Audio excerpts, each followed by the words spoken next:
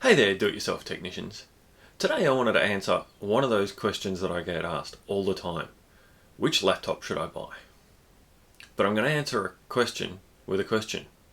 A lot of questions, in fact, because the best laptop for me might not be the best laptop for you. Let's see what we can find out. When I'm looking to buy a laptop, either for myself or for someone else, I like to start by looking at the screen size. Realistically, if you want a small machine, you want a small machine, or you want a big machine, or somewhere in between. I classify a small machine as somewhere in the 11 to 13 inch range. A medium or home-ish machine tends to be the 14 to 15 inch models, and anything 16 inch or above is large. And when I say those inches, that's diagonal measurement of the screen size, although these days there's not much bezel around the edge, so it's pretty much the size of the laptop. The next important factor is performance. If you're just doing basic web surfing and things like that, you could quite happily get away with an i3 processor and 8GB of RAM. If you're looking for a bit more, or want a machine that'll last a few years, an i5 with 8 to 12GB of RAM will probably suit you perfectly. If you're doing performance work like video or photo manipulation or audio or anything like that, I would tend to go for a performance machine like an i7 with probably 16GB of RAM to really give you the performance that you need to do that sort of work. The next thing to tackle is storage. For performance and battery life in a laptop, you really want a solid state drive, or SSD. These tend to come in 128 to 500GB sizes, which is usually enough for what most people need to store. If you do need an extra spinning disk in your laptop, they usually run 1 or 2 terabytes, but keeping that drive spinning all the time really chews into the battery of your laptop.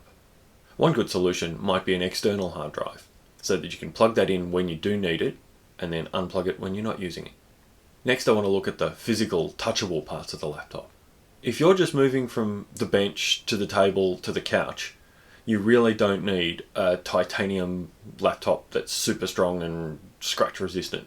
Something that's in the cheaper plastica type might suit you perfectly, and that's why they make a lot of these sort of machines. If you're using it every day, in and out of a bag, it gets pushed around a desk, gets stuff piled on top of it, you want something that's a bit tougher. I actually like to give them a bit of a flex test if I can, especially if you're in the shop. Just pick them up and give them a bit of a tweak and see how they actually feel in your hand. I'm actually going to add in a clip here from January when I did our back to school edition talking about laptops for students. You can actually watch the whole thing up here if you want. This Lenovo is tough and doesn't budge at all. This Acer has a bit of flex, but it's still pretty solid because it's a metal case. This HP, pretty bottom of the range consumer stuff. And at the end, I look at brands. And really for history and for support. Every brand makes various models aimed at different target audiences, whether they be the ones that do just move from bench to couch, or those that are really super tough and you can drive a truck over them. They're all options and they're all out there. But what do you need? From all my years of experience and fixing broken models of every type under the sun, I tend to recommend, in this order, Lenovo, Dell, HP, Asus, MSI, and Acer. That's just a broad-ranging statement based on the types of machines that they sell and the support that you actually get from them. I hope that was helpful. The Tech Doctor's here to help you become your own technician and navigate the technology maze.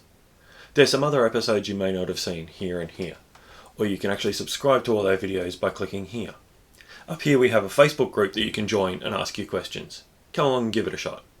Thank you so much for watching, and have a great day.